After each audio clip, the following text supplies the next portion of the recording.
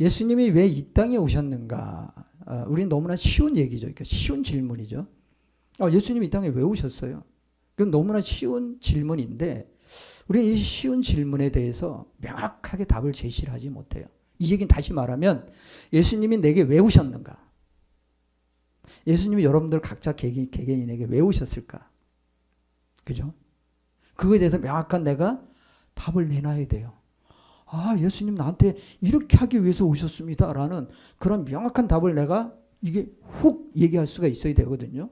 그걸 못하는 것이 또한 우리의 지금 현재의 여러분들 지난 3일 동안 또 집회를 하면서 하나님을 깊이 만짐의 경험을 체험했잖아요. 그럼 그것은 뭐 하냐면 예수님이 내게 오셨다라는 거거든요. 그럼 내게 오셨는데 그럼 내게 오심의 이유가 분명히 있거든요. 주님이 갑자기 할 일 없으셔서 놀러 다니시는 여행 다니시는 그런 한가한 분이시로 우리가 생각하면 안 돼요. 분명히 예수님 오신 것은 무엇인가를 하시기 위해서. 무엇인가를 하시기 위해서. 자, 말씀 한번 읽어볼까요? 그럼 예수님이 이 땅에 왜 오셨는가? 기초적이고 기본적인 거. 물론 알고는 있지만은 다시 한번 보기 원합니다. 말라기 4장 6절 시작. 그가 아버지의 마음을 자녀에게로 돌이키게 하고 자녀들의 마음을 그들의 아버지에게로 돌이키게 하리라. 돌이키지 아니하면 두렵건대 내가 와서 저주로 그 땅을 칠까 하노라 하시니라. 예.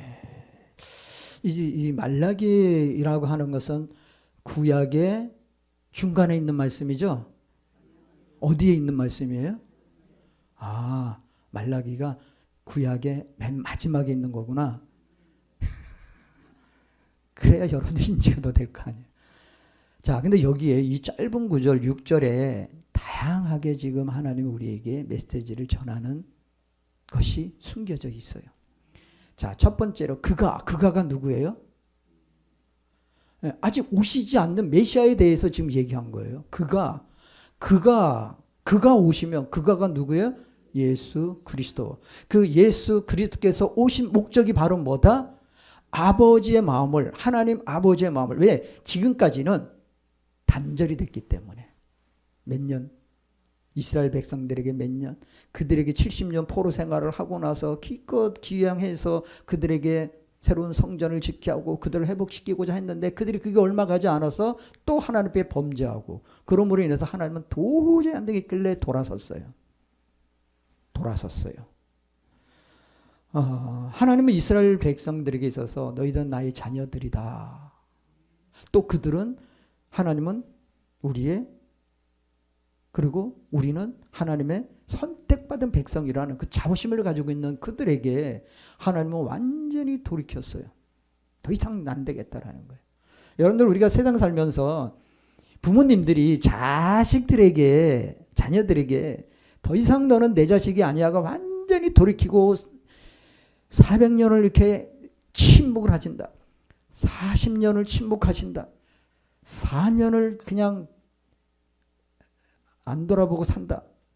그런 부모 있나요? 없나요? 근데 왜 하나님은 그렇게 하실까? 근데 우리가 이것만 보면 안 된다는 얘기죠. 그 전에 하나님은 이스라엘 백성들에게 얼마나 사랑을 베풀었는지 그걸 안다면은 우리는 쉽게 거기에 대해서 정답을 못 낸다는 얘기죠. 근데 그 아버지의 마음을 어떻게 한다? 이제 너희들에게 자녀들에게 아버지의 마음을 돌이켜서 근데 이 돌이키는 거는 예수님만이 하실 수 있는 거예요. 그 누구도 할 수 있는 게 아니란 말이죠. 그 예수님만이 할 수 있는 것을 하시기 위해서 그분이 오시기 위해서는 또 필연적으로 예수님이 오시기 위해 준비하는 세례 요한이 필요했던 거고. 요건 이제 자세히 하다 보면 또 여기도 멈출 수가 있으니까 요건 이제 우리가 아는 거니까 넘어가고. 자, 그러면은 그 아버지의 마음을 자녀에게로 돌이키게 했다라면은 그렇다면은 자녀들은 우리는 어떻게 해야 되느냐? 우리의 마음을 아버지가 400년 동안 침묵하셨다가 이제 너희들에게 손을 딱 내밀었는데 우리가 우리의 마음을 아버지에게 돌이키지 않고 아버지 나를 버렸죠. 이제 다시는 난 아버지라고 생각 안 할 거야 하고 사는 있어요? 있어요. 많아요. 지금도 많아요. 그래서 자녀들의 마음을 그들의 아버지께로 돌이키게 하고 이게 우리의 숙제예요. 지금도 우리의 숙제예요. 저 말라기 시대에 주신 말씀이 아니에요. 이건 분명히. 그때 주신 말씀이지만 지금 우리에게도 이 순간도 우리에게 적용되는 말씀이란 얘기예요. 그럼 우리의 마음을, 내 마음을 어떻게 해야 된다? 아버지께 돌이켜야죠. 왜? 예수님을 이 땅에 보내주셔서 그동안 하나님 나 사이에 그 어떤 것도 할 수 없는 그러한 것이 꽉 막혀 있는 상태, 이 하나님과 관계가 없는 삶을 산다는 것은 생명이 없는 삶이고요. 생명이 없는 삶을 살았다는 것은 짐승과 같은 삶을 살았다는 얘기예요. 근데 주님이 이 땅에 오셔서 십자가에 죽으시고 부활하시고 우리에게 새로운 생명을 주셨잖아요. 이것이 우리로 하여금 하나님을 아바 아버지라 부를 수 있는 자격을 부여한 거란 얘기예요. 자격을. 그런데 돌이키지 아니하면 두렵건대 내가 와서 저주로 그 땅을 칠까 하노라 하시니라. 무슨 말씀이죠? 하나님은 절대 우리에게 저주를 안 하시는 분이에요. 그죠? 그죠? 여기 항상 우리가 전제가 있잖아요. 아버지는 먼저 우리에게 손을 먼저 내민다는 거예요. 손을 내밀 때에 우리는 그냥 기다렸습니다 아버지. 자, 우리가 너무나 잘 아는 말씀인데 잘 알지만은 오늘 또 거기에서 여러분들에게 주시고 싶은 내용이 있다라는 거 알고 누가복음 15장 11, 12절 시작. 또 이르시되 어떤 사람에게 두 아들이 있는데 그 둘째가 아버지에게 말하되 아버지여 재산 중에서 내게 돌아올 분깃을 내게 주소서 하는지라. 아버지가 그 살림을 각각 나눠 주었더니 나누어 주었더니 참 아버지도 좋은 분이죠. 그죠? 예. 내가 이제 지금까지 보니까 이 둘째 아들이 이 아버지 재산에 증식되는데 어떤 기여한 거는 제가 봤을 때는 없는 것으로 알고 있어요. 이것은. 그렇게 열심히 일했다면, 열심히 어떤 재산 증식에 기여했다라면은 저렇게 쉽게 못해요. 근데 이스라엘 백성들에게 있어서 한 것처럼 그냥 자기 자신들이 나는 그냥 하나님의 선민 백성이야 라는 그것 때문에 얼마나 많은 죄를 집니까? 예수님이 오셔서 그 사역을 행할 때 얼마나 많은 죄를 집니까? 지금 이거를 이야기하는 거예요. 이것을 지금 비유로 예수님이 이야기하고 있는 거예요. 그 당사자들이 지금 앞에 쭉 있거든요. 바리새인들이 유대인들이 쫙 있는 데서 그들에게 지금 이거 비유로 지금 얘기한 앞에 이제 한 두 개까지 또 있었지만은 우리가 이제 이것을 보면서 우리가 하나님 앞에 우리가 믿는다고 할 때 우리는 너무나 쉽게 기도할 때에 아버지 내게 이런 거 해주세요. 나가 이거 주세요. 이거 주세요. 이거 주세요 하잖아요. 그죠? 네. 그러니까 둘째 아들이 누가 아니고 나일 수도 있다는 얘기예요. 우리는 너무 쉽게 내 자격을 자기 스스로가 남용을 해버려요. 내게 주세요. 나 주세요. 나 기도했으니까. 나 이렇게 삶을 살았으니까. 근데 아버지는 나눠주더라는 거죠. 이 분깃이라는 말이 있는데 이것은 아들의 상속물을 얘기하는 거예요. 상속물. 그럼 어떻게 알았을까? 자기에게 상속 지분이 있다고. 예? 그림, 그의 살림은 아버지가 살림하기 위해 소유하고 있던 것, 아버지의 생계, 곧 그의 재산을 가리키는 것입니다. 그러니까 쉬운 말로 해서 아버지의 재산을 아버지가 가지고 있는 것을 자녀들에게 지금 분깃으로 준다라는 거예요. 여러분들 분깃으로 받았으니까 안 받았습니까? 받았어요. 여러분들 3.1 집회 가운데 하나님의 분깃이 여러분들에게 다 갔어요. 갔어요. 제일 큰 거 받은 사람 이 앞에 앉아 있잖아요. 받았단 말이죠. 나 받은 거 없는데. 진짜 없을까요? 네. 아버지의 이 생계라고 제가 표현을 했고 또 그의 재산이라고 표현했지만 사실상 아버지가 가지고 계신 그분만의 특성, 그래서 성경 신약을 우리가 전체적으로 보면은 그의 형상을 닮아 그분의 생명으로, 이게 어떻게 가능합니까? 우리가 하나님의 생명으로 나중에 우리가 주님 앞에 하나님 앞에 갔을 때에 하나님의 아들로서의 그 권위, 자격이 있는 것을 어떻게 우리가 표현할 수 있을 거예요? 이게 쉽지가 않다는 얘기죠. 그래서 우리는 종견이 되면 안 되고요. 우리 안에 필연적으로 생명이 안에 있어야 된다는 거예요. 아니, 아버지를 우리가 찾아갔는데 너 누구냐? 이건 말이 안 되잖아요. 그래서 우리에겐 당당한 DNA가 있어야 되잖아요. 그죠? 내게 지금 무슨 DNA가 있어요? 예수 그리스도의 피가 있으니까. 이게 우리에게서 DNA예요. 그 예수 그리스도의 피가 우리 안에 DNA가 그게 우리 가운데 돌고 있다라면은 우리의 모든 육신적으로 손적으로 우리에게 죄적인 어떤 어둠에 의해서 내게 왔던 모든 제약되고 죽어가는 모든 세포들은 다 쫓겨나게 될 수 있다는 얘기예요. 그래서 우리는 그걸 붙들고 가자는 얘기예요. 고린도서 12장 11절에서는 성령님께서 그 뜻대로 요거 금요일날 배웠네? 요거 배웠죠, 집회 때. 그 뜻대로 교회의 여러 구성원들에게 나눠주시는 영적 은사의 분배에 대해서 말한 거죠. 그래서 고린도전서 12장 쭉 7절에서 11절까지 쭉 보면은 각각에게 성령을 나누어준 은사를 막 나누어진 부분이 기록되어 있어요. 그 나중에 한번 더 점검을 여러분들에게 말씀을 전하겠습니다만은, 자, 지금도 우리에게 각 교회들마다 하나님은 그러한 것을 나누어 주시는 분이에요.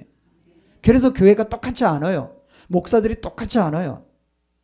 쟤는 왜 나같지 않아? 아니요. 틀려요.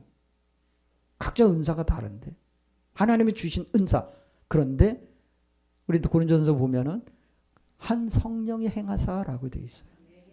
다른 성령이 아니고 한 성령이 행하사. 우리에게 분배해 주시는 거란 얘기죠. 영적인 은사들을 분배해 주시기 때문에 여러분들에게 그 은사의 분배가 맞는 사람이 있고, 나는 다른 이런 모양이구나, 나는 이런 거구나라고 여러분들이 그것을 인정할 수 있는, 알아질 수 있는 게 필요하다는 얘기죠. 그래서 이 모든 일은 같은 한 성령이 행하사 그의 뜻대로 각 사람에게 나누어 주시는 것이라. 자, 13절 14절 보니까 시작. 그 후 며칠이 안 되어 둘째 아들이 재물을 다 모아가지고 먼 나라에 가 거기서 방랑하며 그 재산을 낭비하더니 다 없앤 후 그 나라에 크게 흉년이 들어 그가 비로소 궁핍한지라. 먼 나라. 아니, 왜 아버지 나라가 있는데 왜 굳이 먼 나라로 가는지 모르겠어요. 이 얘기는 우리가 하나님의 어떠한 분깃을 은사를 받으면요, 자칫하면 저렇게 먼 나라로 가요. 딴 나라로 간다. 먼 나라는 거는 딴 나라로 간다라는 거예요. 그러니까 딴짓거리 하려고 가는 거예요. 둘째 아들이 이 자기 분깃을 챙겼으니까 아버지의 간섭, 아버지의 도움, 이것이 싫었던 거예요. 근데 그 아버지는 간섭하고 그 아들을 항상 책망하는 그런 아버지가 아닌데, 근데 이 아들은 아버지의 그 부분이 싫어서 먼 나라로 가는 거예요. 그 시선이 싫어서. 우리가 이거 잘 알아야 돼요. 때로는 우리가 하나님의 어떤 깊은 우리를 만지시고 어떤 우리를 이끄시는 그 주님의 손길이 때로는 우리가 부담스럽잖아요. 그죠? 이 부담스러움을 느끼는 분들은 이게 진짜 참 좋은 거거든요. 저는 그게 너무 부담스러울 때도 있어요. 하나님 꼭 그렇게까지 해야 돼요. 오늘 내가 그거 못했는데 하나님 어떤 하나님 좀 실망시켰는데 뭐 이런저런 것들이 있단 말이죠. 근데 여기서 먼 나라로 갔다라고 하는 것은 실질적으로 먼 나라에는 하나님의 것을 도둑질하고자 하는 도둑놈들이 우글우글거리는 곳이다. 그러니까 하나님이 우리에게 복을 주셨어. 우리에게 축복을 주셨어. 그런데 많은 이들이 그 축복을 받은 다음에는 기도 시간이 점점 짧아지고 예배가 점점 짧아지고 이제는 그것을 떠나려고 해요. 자기만의 종교, 자기만의 신앙으로 가려고 한단 말이죠. 근데 그것이 머지않아 곧 그것이 도둑들에게 뺏기고 도둑질 당하는 그러한 사건이 온단 말이죠. 무슨 얘기냐? 아버지 주위에 있는 것, 아버지 집에 있는 것은 아버지의 보호를 받는다라는 거예요. 원수들로부터, 도적들로부터 우리를 지켜주신다는 거예요. 근데 요한복음 10장 10절처럼 전반에 무슨 말씀이에요?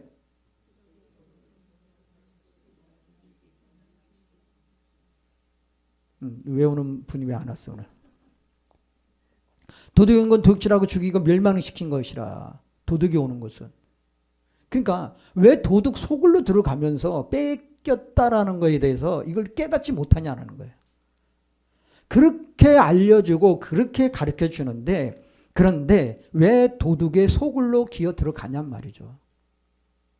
제가 다른 표현을 좀 썼습니다만 왜 그렇게 먼 나라로 가느냐는 얘기예요. 결국은 어떻게 되느냐?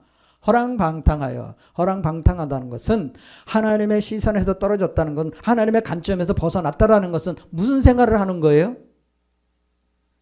쉽게 표현할게요. 신앙생활 제대로 안 한다는 거예요. 종교생활 한다는 거예요. 그럼 다 뺏기는 거예요. 재산을 낭비하더니. 재산을 낭비하더니. 이게 두 가지로 갑니다. 보여지는 실질적인 재산도 얘기가 되겠지만은 하나님이 내게 주신 귀한 은사적인 재능, 재산, 달란트도 얘기한다는 얘기예요. 두 가지가 같이 가요. 근데 결국 어떻게 됩니까? 다 없앤 후에. 없어지니까 어떤 상황이 벌어집니까?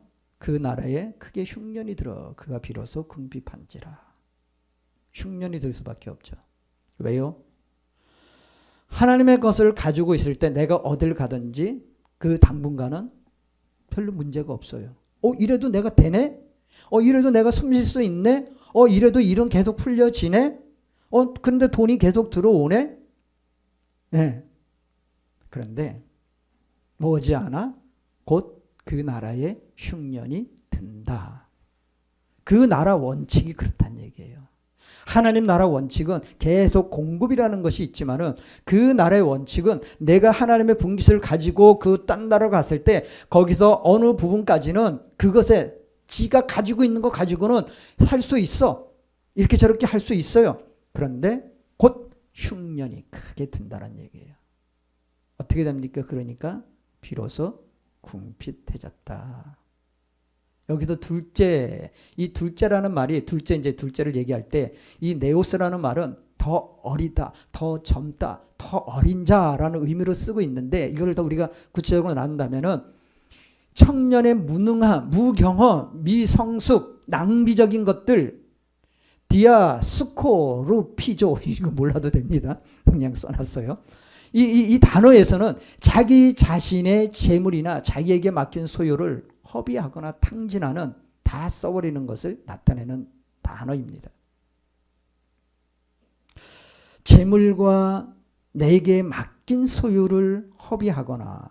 그래서 우리가 신약을 보면은 예수님의 비유적인 부분이 그런 거 많이 있다. 달란트 사건이 있고 문화 사건이 있고 또 맡기고 먼 나라로 갔을 때에 라는 의미를 가지고 있는 것들이 많이 있단 말이죠. 그러면 지금 현재 우리는 그것을 맡은 바, 우리는 다 맡았어요. 여러분들 나는 그런 적 없는데. 아니요. 여러분들 다 개개인이 다 주님이 여러분들에게 맡긴 것이 다 있습니다. 그리고 지금도 맡기고 있고. 아멘? 그거 알아야 돼요. 먼 나라는 세상, 사탄의 세계를 상징한다. 세상의 방법은 그 방법에 속하는 거예요. 그 방법. 주님 뜻에서 벗어나면은 그 방법에 익숙해져 있으니까 그 익숙한 거에 스며들어 가는 거예요. 그것이 바로 15절 16절 시작. 가서 그 나라의 백성 중 한 사람에게 붙여 사니 그가 그를 돌로 보내어 돼지를 치게 하였는데 그가 돼지 먹는 주엽 열매로 배를 채우고자 하되 주는 자가 없는지라. 주는 자가 없는지라. 자, 우리가 궁핍하고 가난하고 그러면은 우리를 계속 귀히 여기는 자들이 주위에 있던가요? 세상 원리도 그렇죠. 그죠? 형제들도 그렇더라고요.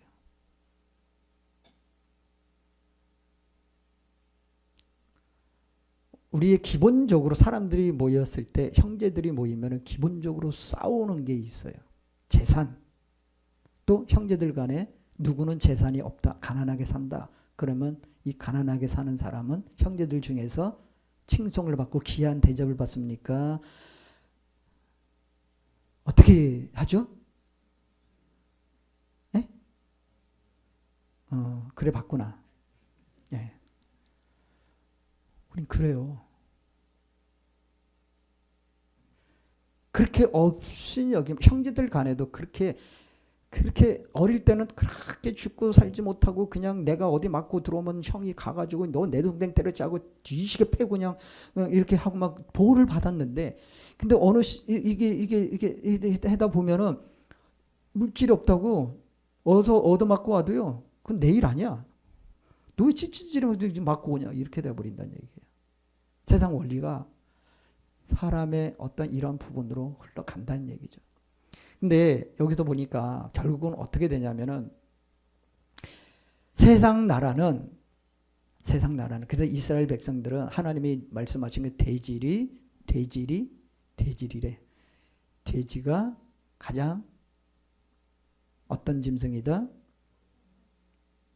안 좋은 짐승으로 하는 거예요. 그래서 돼지고기를 안 먹는 거예요. 그들이 아직까지도. 그래서 그 나라는 돼지로 인해서 살았는데 그 돼지 치는 그 일을 맡은 거예요. 하나님의 귀한 것을 잃어버리면은 결국 우리는 어떻게 되느냐? 돼지 치는 그 일에 보내질 수밖에 없어요. 그러니까 그 일로 들어가는 순간부터 하나님이 누렸던 하나님이 주신 것을 먹지도 못하고 그것을 누리지도 못하고 이제는 돼지가 먹는 것을 돼지 몰래 슬금슬금 그 돼지가 먹는 것을 먹어야 되는 위치. 돼지라는 건 뭡니까? 예, 제가 좀 표현하기가 좀 그래서 그런데 돼지라는 표현은 세상에 있는 악한 것들, 사탄에 의한 것들. 사탄은 저 세상에 속한 귀신들은요, 그들의 나라에 있는 것을 먹게 해요. 근데 그거라도 먹기를 원하는 거죠. 왜? 거기에 묶여 있다 보니까. 아무리 배고파도 채워주는 자가 없어요. 챙겨주는 자가 없습니다. 자, 마태복음 16장을 보면은 흑암에 앉은 백성들아 라고 하는데 이 흑암이라는 것은 바로 저 돼지가 있는 곳, 죽음의 그늘진 땅, 사탄의 세계에 속한 부정한 산업, 돼지를 치는 더러운 직업, 쥐연 열매는 궁핍한 사람들과 동물들을 먹이고 동물들에게 만족하게 하는 거, 그러한 사료였다라는 거예요. 그러한 사료들을 하나님의 백성에게 먹힌다, 하나님의 백성에게 먹게 한다. 그러면 그런 그 하나님의 백성이었던 자가 세상에 그 돼지가 먹는 그 음식을 먹는다라는 것이 이것이 채워지겠냔 말이에요. 여기서도 못 벗어나는 자들이 있잖아요. 이러한 가운데서도. 그러면서 체험했잖아요. 아버지 집에 있을 때 어떠한 것을 알았잖아요. 내가 아버지 집에 있을 때 아버지 집에 많은 하인들이 있는데 이 하인들이 지금 어떠한 삶을 살고 있는지 알고 있단 말이죠. 이 정도는 아닌데 말도 안 되는 상황이죠. 그러니까 뭐를 합니까? 우리의 사람들은요, 실질적으로 깨달아야 돼요. 그 상황까지 내려가서 체험을 해봐야 돼요. 이런 체험은 안 해도 알 수 있는 거거든요. 이런 체험 하지 말고 바로 깨달으라고 교회에서는 목사님들이 계속적으로 여러분들에게 그걸 제시해주고 그걸 가르쳐주고 있고 그거 아니야. 이렇게 가면은 굳이 저거 돼지 치는 데까지 돼지들과 싸우면서 돼지가 먹는 거 먹으려고 그렇게 안 해도 돼. 아멘? 그거 가르쳐주는 거예요. 그거 가르쳐주는데도 불구하고 그게 무슨 문제가 있는 것처럼 나가는 사람들이 많단 말이죠. 자, 이 아들이 이에 스스로 돌이켜 이르되 내 아버지에게는 양식이 풍족한 품꾼이 얼마나 많은가. 이게 말이 안 되죠. 품꾼들이 양식이 뭐한다? 풍족하다라는 거예요. 그 풍족한 그곳에 둘째 아들로 있던 이 사람은 지금 어떤 상태에 있습니까? 지금 이제 줄여 죽게 됐다는 얘기예요. 죽기 일보 직전이란 말이죠. 죽기 일보 직전이어야 깨닫겠습니까? 제발 좀 그것까지 내려가지 말라 이거예요, 저는.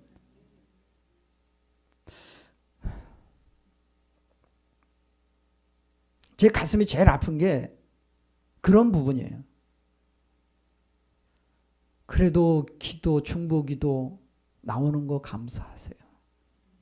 중보기도가 안 나오고 목사가 더 이상 말 한마디 안 해주면은 그게 가장 지금 현재 뭐다?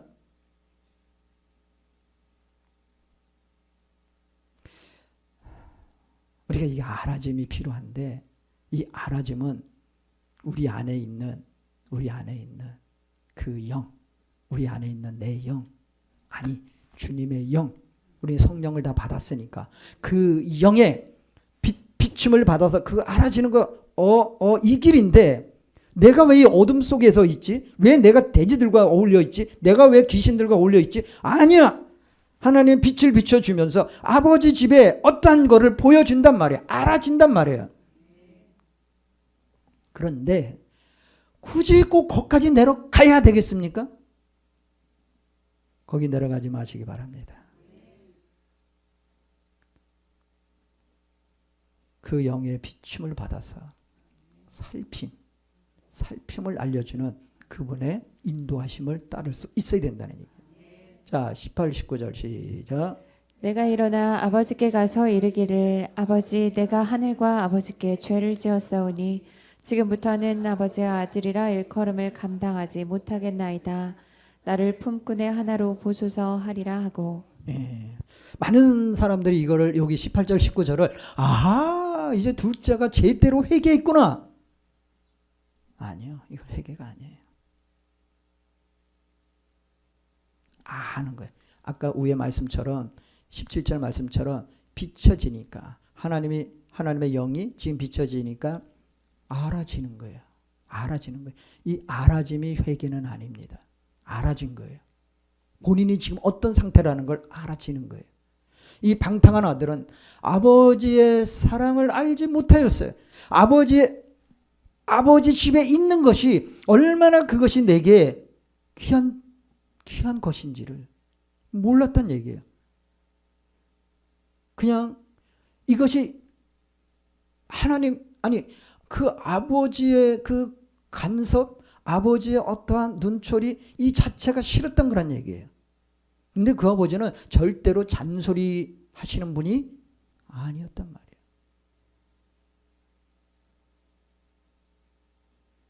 낭비하고 처참한 자신의 모습에서 잘못을 회개하는 것보다 알아지는 것보다 아들은 아버지의 사랑과 은혜 그분의 마음을 헤아리는 것을 먼저 생각했어야 했다는 얘기죠. 이건 무슨 얘기냐면은 나를 향한 아버지의 마음, 내가 아버지한테 내 분깃을 챙겨주세요 했을 때 아버지는 어떤 말도 하지 않았어요. 그 아버지는 이 아들이 어떻게 될 거라는 거 알았을까요? 몰랐을까요? 다 알아요. 그런데도 다 알면서 그 어떤 것도 말씀하시지 않았어요.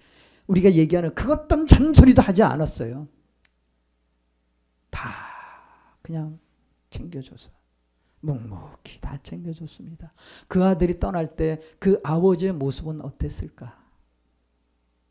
그 떠나는 아들의 모습을 보고 아버지는 어떠한 상태에 있었을까? 이것은 지금 아버지에게 달려와서 아버지가 지금 끌어안고 있는 모습이에요. 이 끌어안고 있는 모습 중에서 지금 저기에 대제사장도 서 있고요. 바로 확 비치는 옆에 있는 그가 대제사장이 있고 그 옆에도 이제 몇몇 하인들도 있고 이들이 왜 왔냐면은 저 아들을 죽이려고 왔어요. 자, 20절, 21절 시작. 이에 일어나서 아버지께로 돌아가니라. 아직도 거리가 먼데 아버지가 그를 보고 측은히 여겨 달려가 목을 안고 입을 맞추니 아들이 이르되 아버지 내가 하늘과 아버지께 죄를 지었사오니 지금부터 아버지의 아들이라 일컬음을 감당하지 못하겠나이다 하나. 예, 여기서 입맞춤은 화해와 용서해 줬다라는 거예요. 당시 유대 사회의 배경은요. 이러한 죄인에게 마을 사람들은 깨진 항아리를 던지며 사랑을 보여주었다. 공동체에서 영원히 추방하는 징벌을 가했다. 아버지는 빨리 움직여 달려가 아들의 수치를 사랑으로 덮어버리는 격정적인 은혜의 표현으로 아들과 사람들에게. 자, 요 지금 신명기의 요 말씀을 좀 읽어야지 아까 그 말씀이 조금 이해가 됩니다. 신명기 21장 18절에서 21절 시작. 사람에게 완악하고 패역한 아들이 있어 그의 아버지의 말이나 그 어머니의 말을 순종하지 아니하고 부모가 징계하여도 순종하지 아니하거든. 그의 부모가 그를 끌고 성문에 이르러 그 성읍 장로들에게 나아가서 그 성읍 장로들에게 말하기를 우리의 이 자식은 완악하고 패역하여 우리 말을 듣지 아니하고 방탕하며 술에 잠긴 자라 하면 그 성읍의 모든 사람들이 그를 돌로 쳐 죽일지니 이같이 내가 너희 중에 악을 제하라. 그리하면 온 이스라엘이 듣고 두려워하리라. 네. 신명기에 하나님이 주신 말씀 무섭죠? 그러니까 둘째 아들의 우리 나의 분깃을 주세요 했을 때 그 아버지는 이렇게 하면 돼요. 이것이 하나님의 계명이니까, 율법적이니까. 그런데 이런 상황을 동네 사람이 안다 그러면은 그 아들은 나가면서 돌에 맞아 죽었을 거예요. 그러니까 그 아들을 보낼 때도 지금 어떻게 보내요? 남들 모르게 챙겨서 남들이 보지 못하도록 알지 못하도록 조용히 내보냈어요. 근데 이 아들이 가고 나서 시간이 지나면서 그 아들이 어떻게 됐다는 거 알까요? 모를까요? 알아줘요. 동네 사람들이. 알아줘요.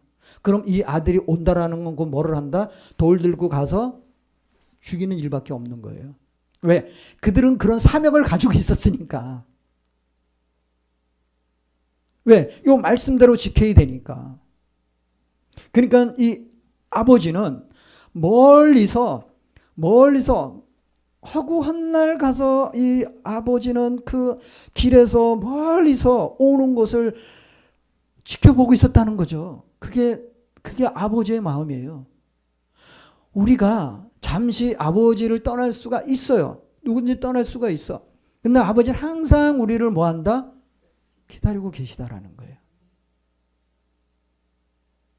아까 이 그림을 보면은 이 그림에 자세히 이렇게 보면요. 이 아버지의 눈은 거의 짓물렀어요.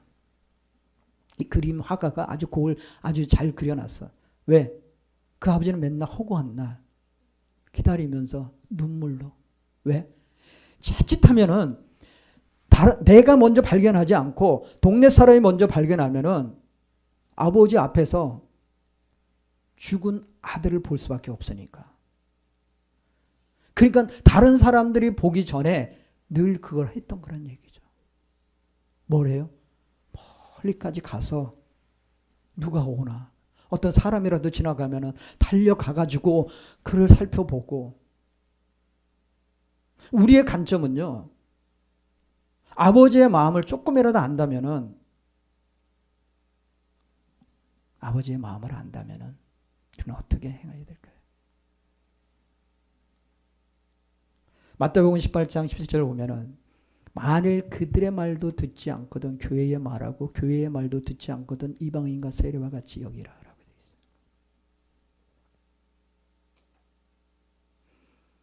우리의 이 지금 현재 예수님을 믿고 우리가 신앙생활을 하는 것 자체가 우리는 나의 어떤 개인적인 나의 어떤 행위적인 것으로 착각할 수가 있는데 아닙니다. 하나님은 우리의 모든 것을 다 꿰뚫어 보고 계셔요. 우리가 지금 어떤 마음, 어떤 생각을 가지고 있는 것조차도 하나님은 아신다는 얘기예요. 그래서 오늘 지금 이 순간에도 아버지는 하늘에 계신 것이 아니고요. 우리는 늘 하늘에 계신 우리 아버지, 하늘에 있는 게 아니고요. 먼저 내 안에 있는 하나님을 먼저 인식할 수 있어야 돼요. 그분을 먼저 알아야 내 안에 성령께서 아버지에게 탄식하는 마음으로 탄식의 기도를 올려드릴 수 있는 거예요. 우리가 이 원리를 안다면 저 하늘에 계신 아버지, 우리 맨날 허공에다가 엉뚱한 것을 하고 있다는 얘기예요. 내 안에 있는 나와 지금 함께 하시길 원하시는 그 하나님, 그분을 만나야 된다는 얘기죠. 아들을 기다리며 문 밖에서 서성이고 계신다. 문 밖이라니까 바로 요 문 앞에서만 기다리는 게 아니라 저기 계시록 3장 20절 시작. 볼지어다 내가 문 밖에 서서 두드리노니 누구든지 내 음성을 듣고 문을 열면 내가 그에게로 들어가 그와 더불어 먹고 그는 나와 더불어 먹으리라. 네. 그래서 먼저 우리는 우리의 마음을 열어야 돼요.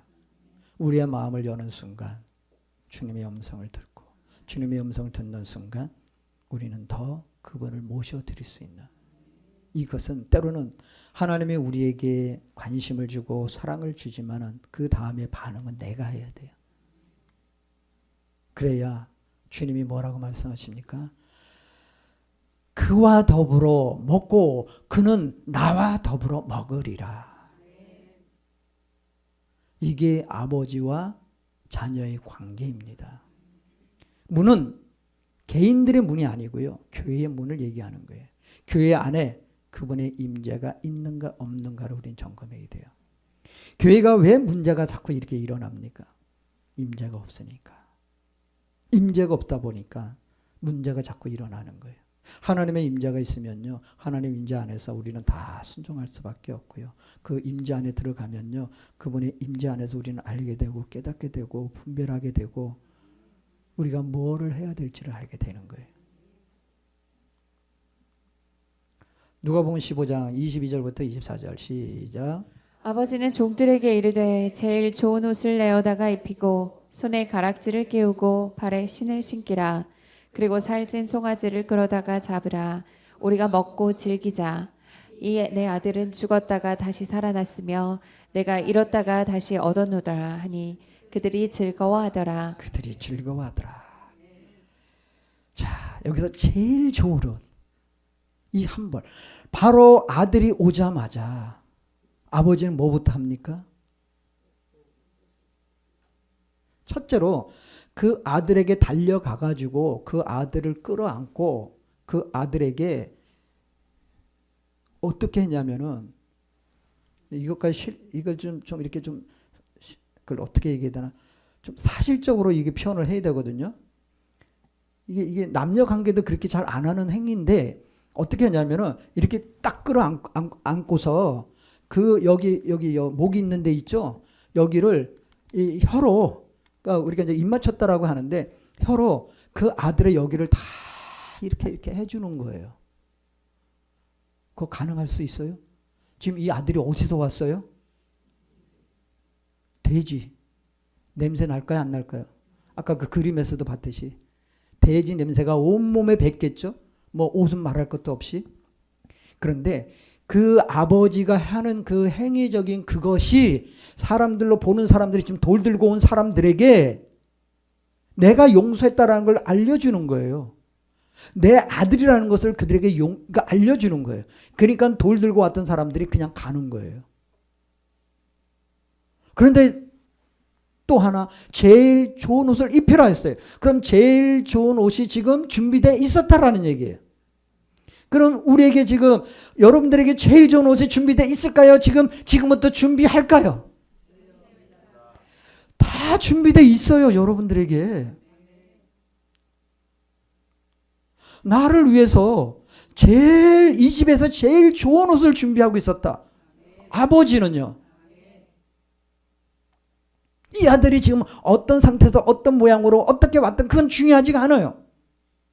아버지는 용서해주고 그 어떤 험악한 상황에서도 지켜 보호해 주시고 제일 좋은 옷을 입혀라. 이 특별한 옷, 특별한 때 입을 수 있는 것. 근데 아버지는 예배에 두고 계셔요. 우리에게, 나에게 이 특별한 옷을 준비하고 계셨다는 거. 이거 놓치지 마세요. 내가 그걸 안 입고 계속 다른 데로 가 있으면 이 옷은 누구 거가 되겠어요?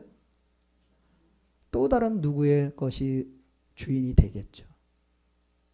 또 반지와 신이 있습니다. 반지를 끼우게 하고 신발을 새로 신기게 하고, 이것은 이제 너는 자유야.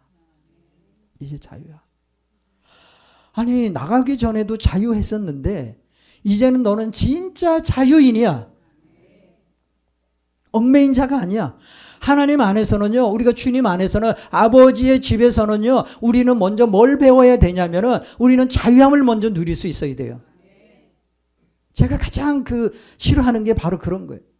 저도 그랬듯이 교회 가자마자 일 시키고 뭐하고 반사하고 성가대하고 뭐하고 아니 그거 말고 먼저 내가 해야 될 것은 아버지의 것을 누려야 된다라는 거예요. 여러분들 아버지의 것을 먼저 누리길 원하십니까? 교회 와서 쎄빠지게 청소하고 쎄빠지게 뭐하고 막 그냥 목사님들이 막 안 시켜도 막 그냥 알아서 다 뭐하고 막 이런 걸 먼저 하시겠습니까? 대답이 없네. 그럼 내가 안 하면 누가 해요? 은혜 받은 사람은 다 하게 돼 있어요. 은혜 받은 사람들은. 굳이 하라고 안 해도 은혜 받은 사람은 남들이 못 보는 거 여기 뭐가 떨어지는 거 다 보여요. 은혜 받은 사람은요 남들이 다 못 보는데 저 머리카락 긴 거 다 보여요.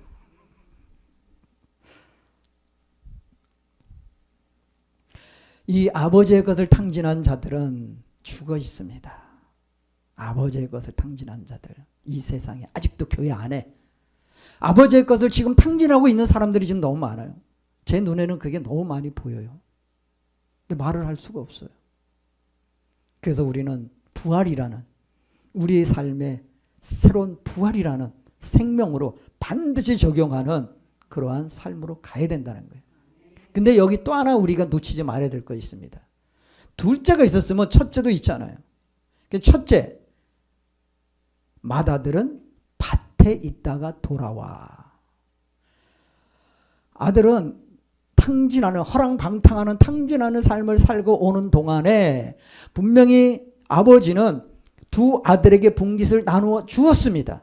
둘째만 챙겨준 것이 아니고요, 이 큰아들에게도 분깃을 챙겨줬습니다. 근데 분깃을 챙겨줬는데 아버지 집에 있으면서도 우리가 여기서 얘기한 거 보니까 큰아들은 어디에 있었냐면은 지금 밭에서 우리말로 표현하면 쎄 빠지게 일하고 왔어요. 그 집에 일하는 품꾼들이 많이 있다 없다? 있다. 근데 왜 품꾼 노릇을 스스로 자청하냔 말이죠. 그러니까 문제는 뭐냐면은 이 상황을 내가 이해 못하는 거야. 내가 용서하지 못하는 거예요. 아버지 집에 있는 이 큰아들은 그걸 용서하지 못하는 거예요. 이거 지금 바리새인들에게 선포하는 거예요. 예수님이. 지금 우리 믿는 자들에게 선포하는 거예요. 지금 여기서 있던 사람들이, 나간 사람들이 많이 있죠? 네? 그게 탕자들이에요. 지금 뭐 하고 있어요, 탕자는? 아주 좋은 일 하고 있나요? 아주 잘 신앙생활 하고 있나요? 그가 어떤 죄를 졌던, 어떤 상황에 있든지, 이 큰아들 얘기가 뭡니까?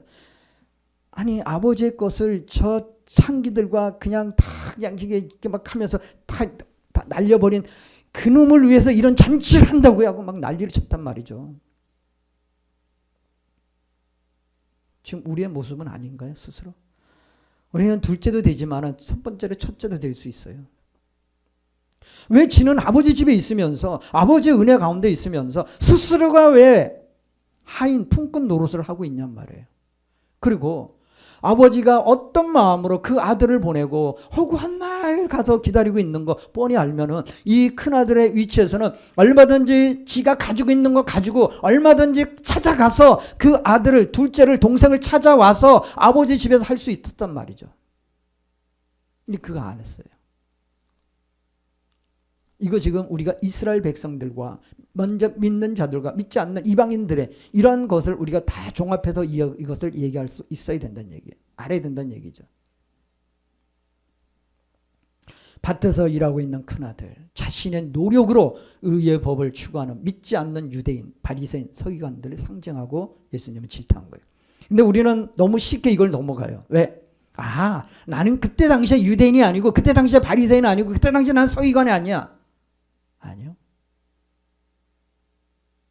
성경은 창세기 1장 1절부터 기록된 것이 그 먼 우리가 돌아갈 수도 없고 어떻게 할 수 없는 그때 쓰여진 거하고 나하고 상관없어가 아니고 지금 나와 상관이 있는 거라고 그랬죠.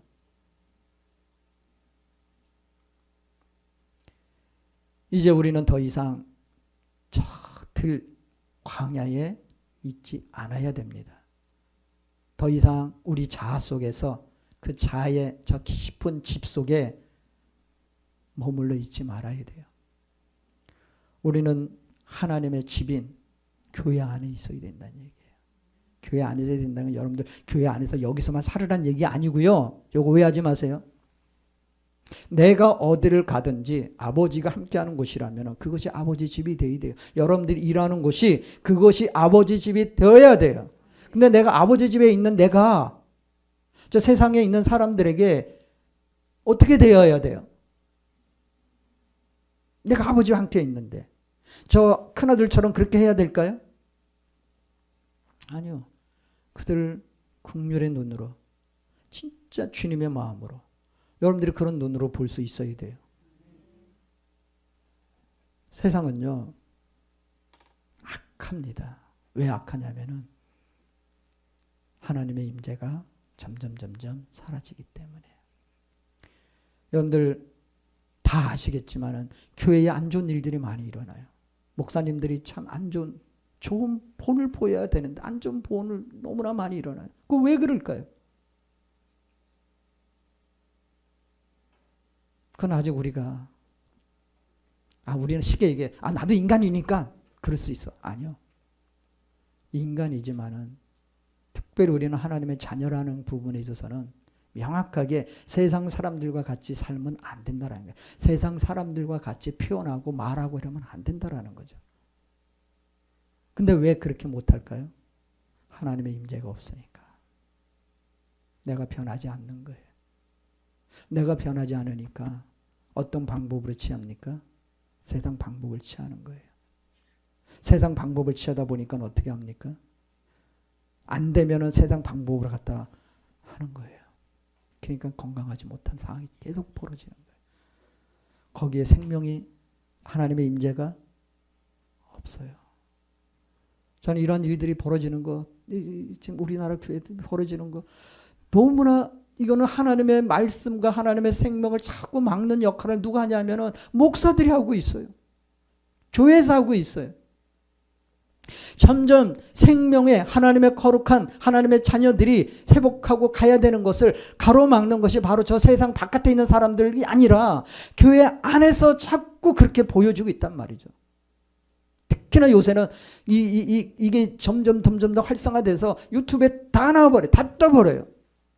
제가 말한 것도 지금 설교한 것도 여러분들이 안 좋은 마음을 가지고 어느 한 부분만 요것만 살짝 잘라가지고 이렇게 밖에다 막 내보내고 그러면은 저도 나쁜 애 되는 거예요. 여러분들이 그렇게 하고 싶으면 하면 돼요. 근데 그게 아니라 너무나 안 좋은 것들에 대한 부분들이 이렇게 바깥에까지 드러날 정도라면은 우리는 아버지의 마음을 가지고 있어야 됩니까? 없어요. 저는 제가 아버님이 일찍 돌아가셨기 때문에 진짜 아버지의 사랑이 너무 그리웠었어요. 그래서 뭐 치유받고 이러는 거는 첫 번째지만 그 다음에 이렇게 하고 나서 그 다음에 하나님이 저에게 뭐를 말씀해 주셨냐면은 제가 그 마음이 있었거든요. 아버지, 하나님, 제가 아버지라는 언어를 잘 못 썼어요. 하나님한테. 근데 하나님, 저도 아버지 같은 목사님 좀 만나게 좀 해주세요. 아버지 같은 목사님 만나서 진짜 아버지의 그 사랑과 그 상황, 그 어떤 보호적인 어떤 그런 것들을 저도 좀 경험하고 싶습니다. 좀 아버지 같은 목사님 좀 만나게 해주세요. 그게 신앙생활 하면서 제가 여기가 치유받고 나서 이제 회복되면서 하나님한테 이제 그걸 기도했었어요. 근데 그 기도는 진짜 안 들어주시더라고요. 오랜 시간 동안.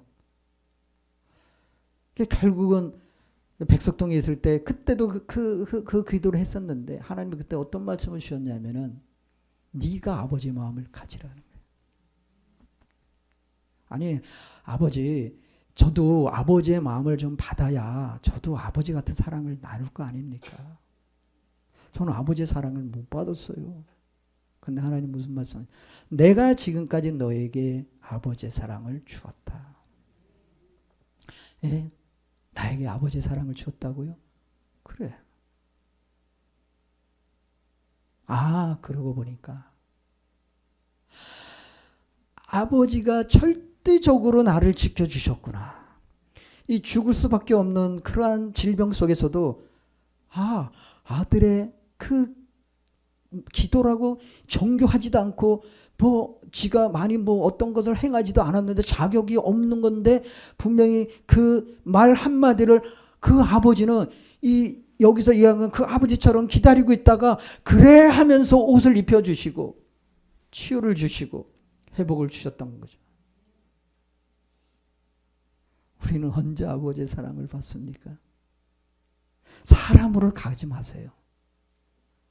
하나님 만나면은 여러분들의 마음에 하나님의 만져주는 그 어떠한 뭉클함이 분명히 있고요. 느껴짐이 있어요.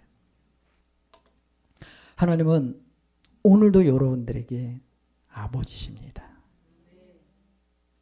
그 아버지를 우리는 만날 자격이 없었어요.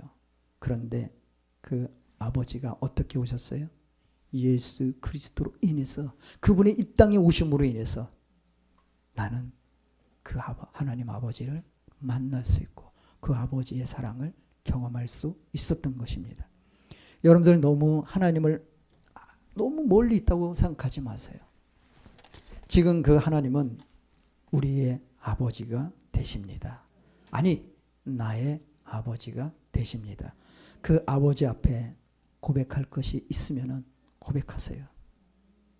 여러분들 이 시간에 그 아버지께 진짜 마음 툭 터놓고 그 아버지에게 이야기하듯이 여러분들 그것을 한번 올려드리기를 바랍니다.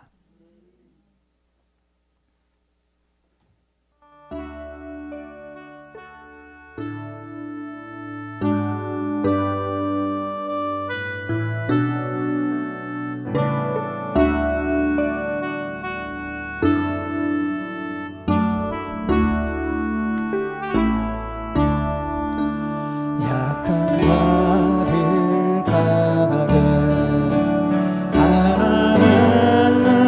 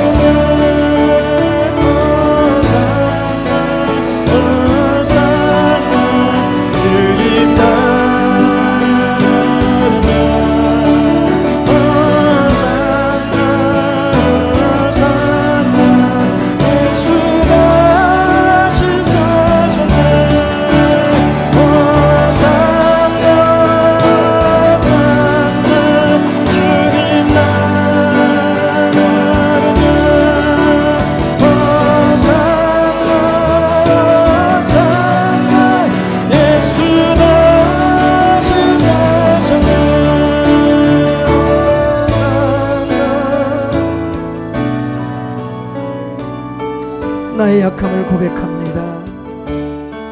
아버지, 나를 만져주시옵소서.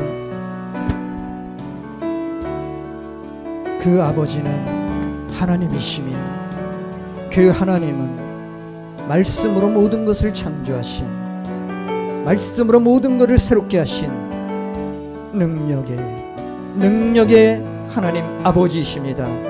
그분은 나의 아버지이십니다. 이 시간 내게 오셔서 나를 만져주시옵소서. 이 시간 내게 오셔서 나를 만져주시옵소서. 이 시간 오셔서 나의 모든 연약함을 만져주시옵소서. 나의 가장 약함을 만져주시옵소서. 주님 앞에 나를 올려드립니다. 내가 제물이 되어 올려드립니다. 하나님이 받으실 만한 제물이 되어 나를 올려드려니 주님 받아주시고 주님이 받으실 만한 제물이 되어 나갈 수 있도록 주님 나를 예수 그리스도의 보혈로 정결하게 씻어 주시옵소서.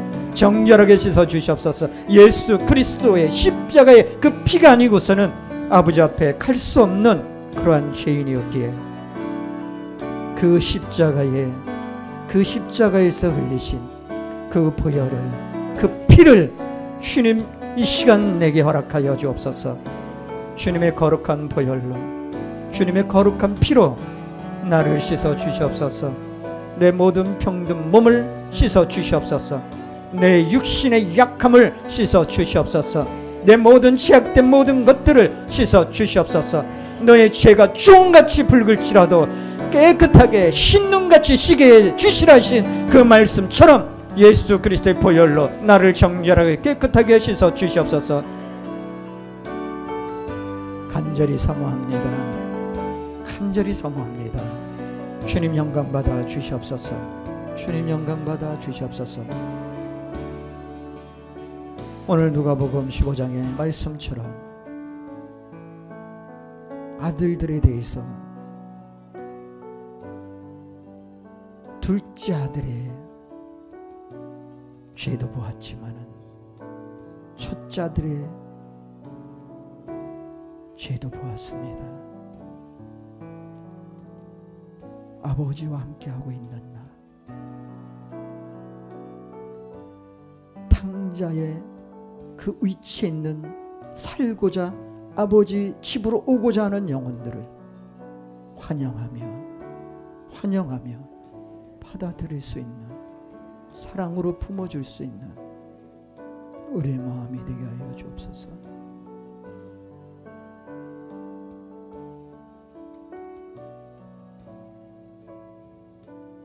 이 시간 하나님의 거룩한 만지심으로 아버지의 그 은혜의 손길로 만져주시옵소서. 연약한 부위를 만져주시옵소서. 여러분들의 오른손을 아픈 부위에 대세요. 그것은 내 손이 아니라 주님의 손이 되게 해주세요. 주님의 손이 되게. 여러분들의 마음이 이 손은 내 손이 아니고 아버지의 손임을, 아버지의 손이 나를 지금 만지고 있음을, 그 아버지의 손이 나를 치유하고 있음을, 그 아버지의 손길이, 그 아버지의 말씀이 나를 정결하게 하시고 죄를 용서하여 주시고 나에게 회복시켜 주시는 그런 말씀이 되게 하여 주옵소서. 내 손이 닿는 곳마다 주님의 거룩한 불로 임하여 주옵소서. 불의 파장으로 더 강하게, 더 뜨겁게 역사하여 주시사 하나님의 거룩한 치유하는 불로 내 모든 병든 곳을 이 시간 다 태워 주시옵소서. 다 태워 주시옵소서. 다 태워 주시옵소서. 주님은 나의 치료자이십니다.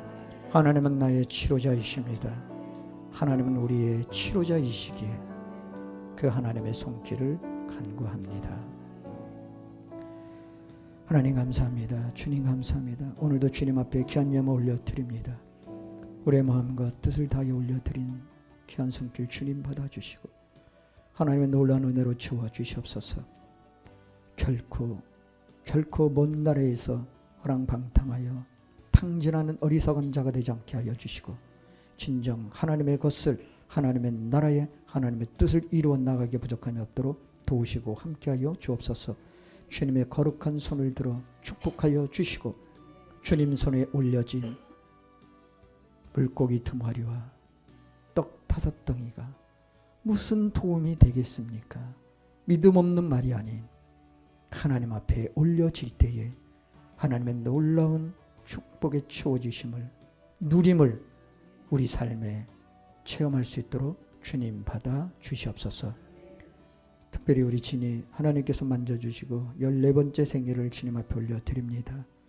그 영혼을 만져주시고 하나님의 회복으로 하나님의 지혜로 하나님의 크신 권능의 손길로 어딜 가든지 어떤 곳에 있든지 하나님께서 보호하여 주시고 돕는 천사들을 통하여 그 어떤 안 좋은 일들이 그 어떤 것도 일어나지 않도록 주님께서 보호하여 주시고 지켜주시고 하나님의 지혜로 채워 주시옵소서. 감사로 올려드리며 주님 영광 받아 주시옵시기를 예수 그리스도의 이름으로 감사하며 기도합나이다. 아멘. 지금은 우리 구주 예수 그리스도의 은혜와 우리를 위하여 지금도 아낌없이 하나님 그 아버지의 소중한 재산들을 자녀들에게 주고 싶어 하시는 그 하나님의 놀라운 은혜와 사랑이 오늘도 예배드리는 것 심령 신경들 머리머리 위에와 또한 이 자리에 참여하지 못하였지만은 하나님 집에 속해 있는 하나님의 자녀들 머리머리 위에 지금으로부터 영원토록 함께 있을지어다. 아멘. 할렐루야. 감사합니다. 하나님 감사합니다. 주님 감사합니다. 주님 영광 받아 주옵소서. 감사합니다.